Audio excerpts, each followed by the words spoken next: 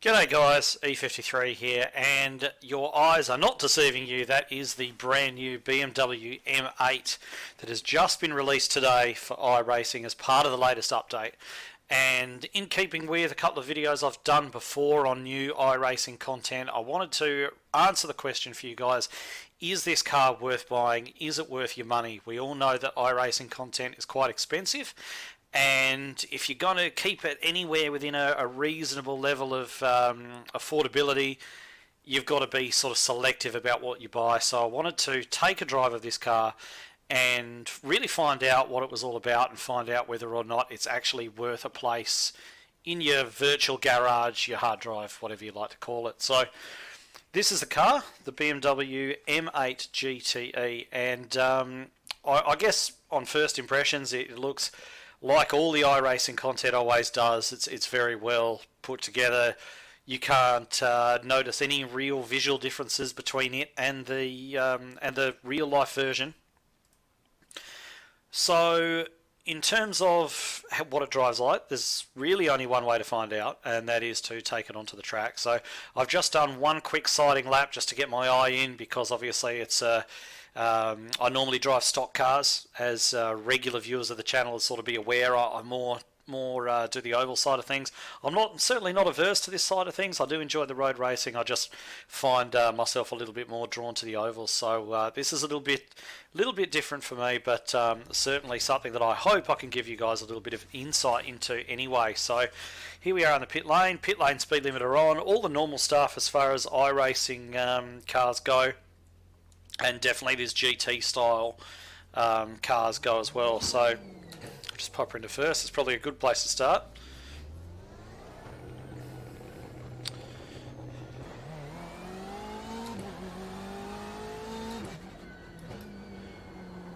And the first thing I'll tell you is there's really no surprises as far as the driving experience goes. I noticed that on the first sighting lap I did earlier on. I am just driving the baseline setup at the moment. The tyres are still cold, of course. And of course, once you tweak the setup, it can change the personality of the car quite a bit.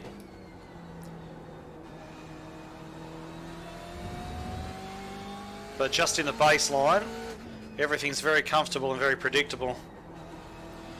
And pace is about where you expect it to be. If you're used to driving the other GTE cars, Ford, Ferrari, Porsche, what have you, this won't be any surprise to you at all.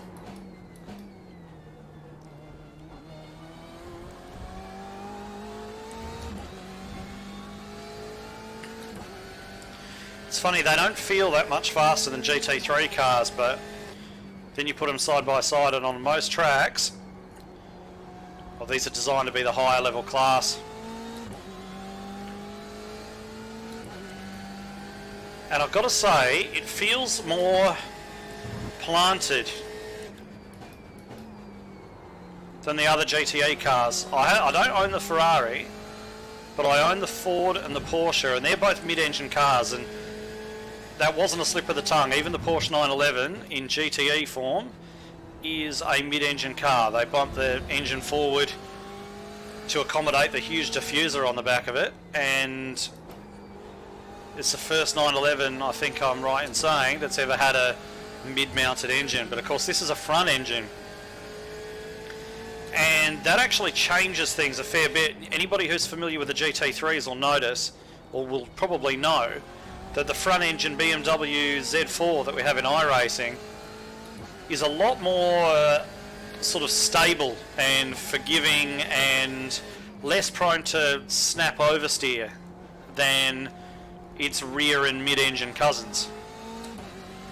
And that's true of real life race cars as well. The front engine cars are always a little bit easier to drive, with the trade-off being that in a skilled pair of hands, the rear and mid-engine cars are usually faster.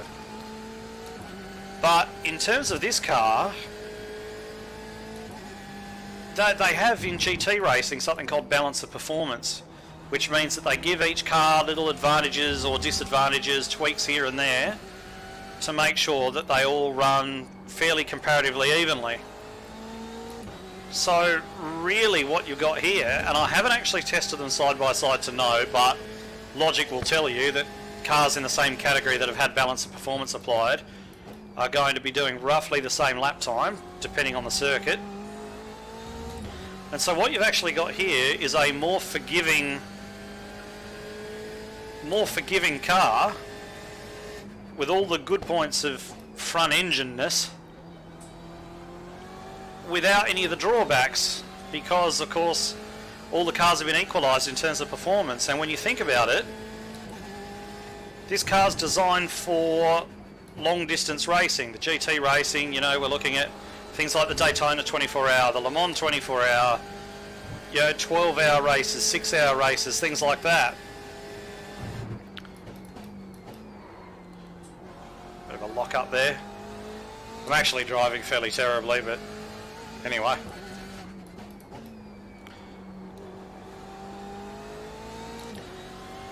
And so really, what's the drawback? What you want is an easy to drive, predictable car for those long distance races. And this, being front engined, very much is.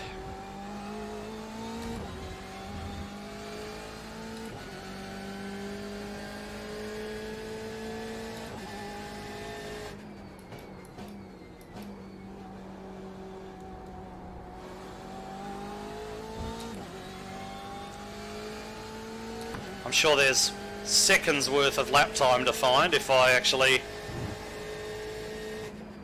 shut up and put a bit of time into practice and tweaking the setup a little bit. The brake bias isn't exactly how I like it, as you would have seen there. They always seem to have it a little bit far forward for my liking on baseline setups, but that's just a personal thing.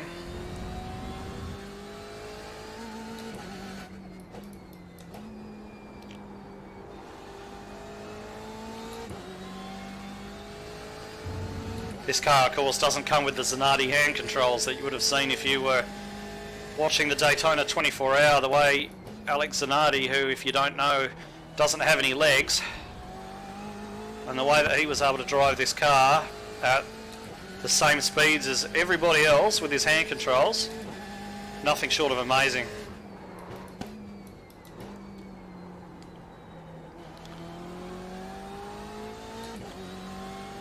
So if you have a look there on the dash, there's all the fairly standard GTE stuff that you get in a GT car of this level. I'll hit that corner right at some stage.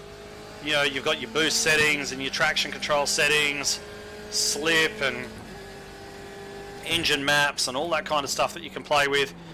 And that sort of stuff really comes into its own in a 24-hour race. Although, I shouldn't say just 24-hour races, long races. Because those engine maps and the fuel consumption and things like that all has a big impact over that kind of distance, and that's what this car is made for. It's those long distance drives.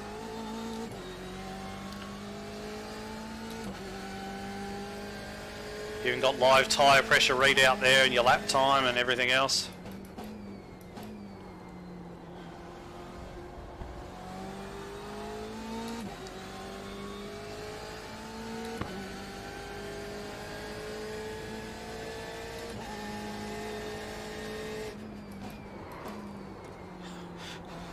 I've messed up that corner literally every time I've come in there, just keep snatching the inside front. But in terms of the way the car drives, it feels to me much more user-friendly than the rear engine ones or the mid-engine ones. That's just personal thought. Of course there's a bucket load of downforce on it as well, but it just feels more catchable, more forgiving than the others.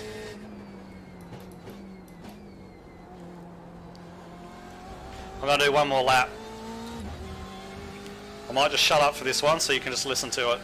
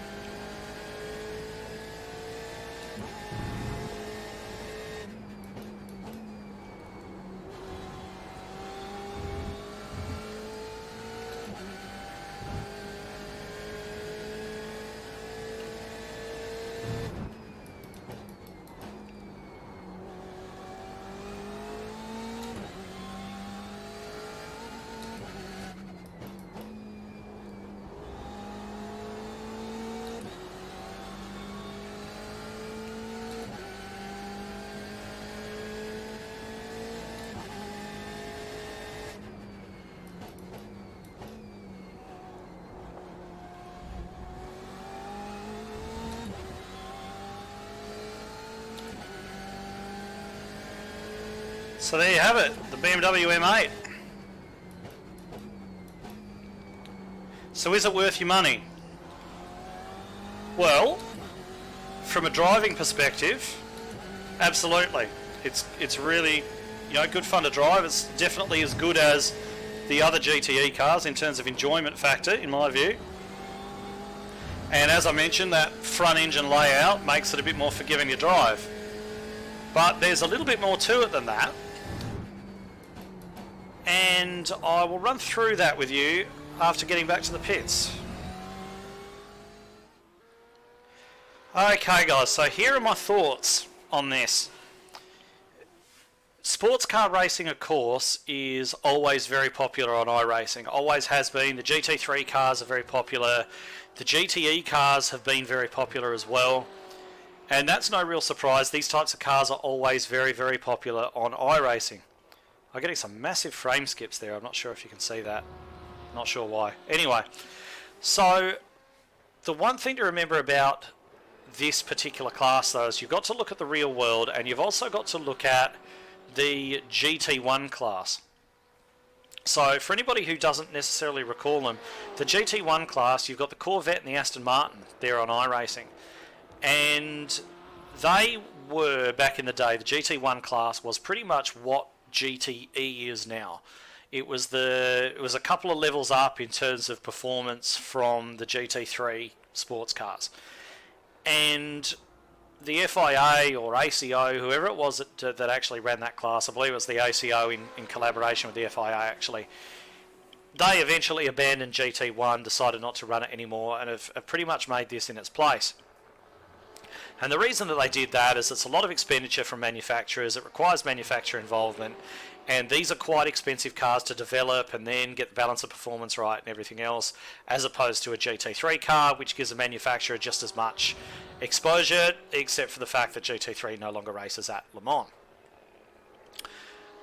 So what's happened with the GT1 cars on iRacing is that everyone, since it stopped being run in the real world, everyone's largely forgot about them and hardly anyone drives them anymore.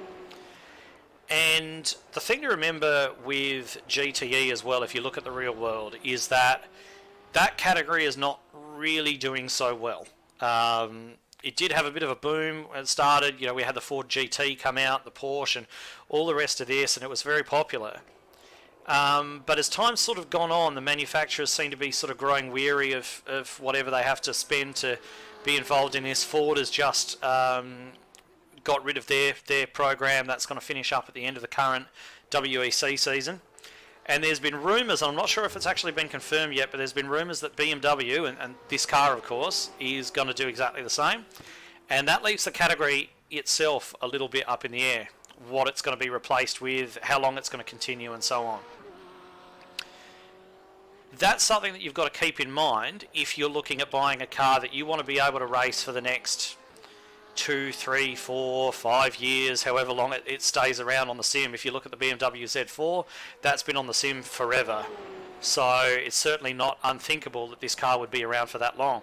So if you're looking to run a car for that amount of time and really get a lot of racing and a lot of usage out of it, then that's just something to keep in mind is the state of real life GTE, because wherever real life goes, iRacing tends to follow as quickly as they can thereafter. And there's a possibility that if this category is discontinued in real life, the popularity of it within the sim is going to die off, and the races you're doing might not go official anymore, and that kind of stuff. However, that being said, there's the flip side of the coin where a lot of older cars in GT3 are still being raced, and sports car racing, as I mentioned, always very, very popular in iRacing. So if you're looking for, if you don't own a GTE car yet and you want to buy one, definitely put this one close to or at the top of your list, because it's a great car. That's number one. If you already own a GTE car and you've spent a lot of time with it and you understand how to get the most out of it setup wise and everything like that, is it worth going out and buying this one? Probably not, unless you really like BMW, or you really want to drive a front engine car, or you want to change or something like that. But there's nothing that this car does that the other GTE cars don't do equally well, apart from, as I said, the extra kind of plantedness of it that the front engine layout actually gives you. So that's really what it comes down to. I think that if you buy it, you're definitely going to get a lot of usage out of it. And I think that the sports car races in which this is a part, so the races that have the GTE class, are going to run, and they're going to run official, and they're going to have a lot of participation for a long time. So if you're kind of on the fence about this car, especially if you don't own a GTE yet, can highly recommend. It is definitely worth a place in your garage. I think you're going to get a good, at least couple of years worth of usage out of this car, because I think the GTE in real life is going to be around for at least another couple of years. It's going to be around that. They've certainly announced no replacement for it, or no imminent plans to replace the category, so I think it's going to be around for quite a while yet, and therefore iRacing are going to be running it for quite a while yet, and you're going to get a good couple of years usage out of this car, maybe even more. So if I've got to give a verdict one way or the other, this one's a thumbs up from me. Go check it out, go grab it. So that's all from me. If you like the video, please subscribe. I do videos like this every time a new iRacing car comes out or something like that. I do one of these to see if it's really going to be worth your money going out and spending it. So if you do like this kind of thing, subscribe please. And if you want to be able to refer back to this later on, please leave a like as well. And if you do disagree with me, if you own this car and you disagree with me, or there's some comment you'd like to make, comment below. Because I know that 5 different people drive something like this, and you're likely to get 5 different opinions on it. So please, if you've got something to add, comment down the bottom. So that's all from me. Leave it there, and we'll see you next time.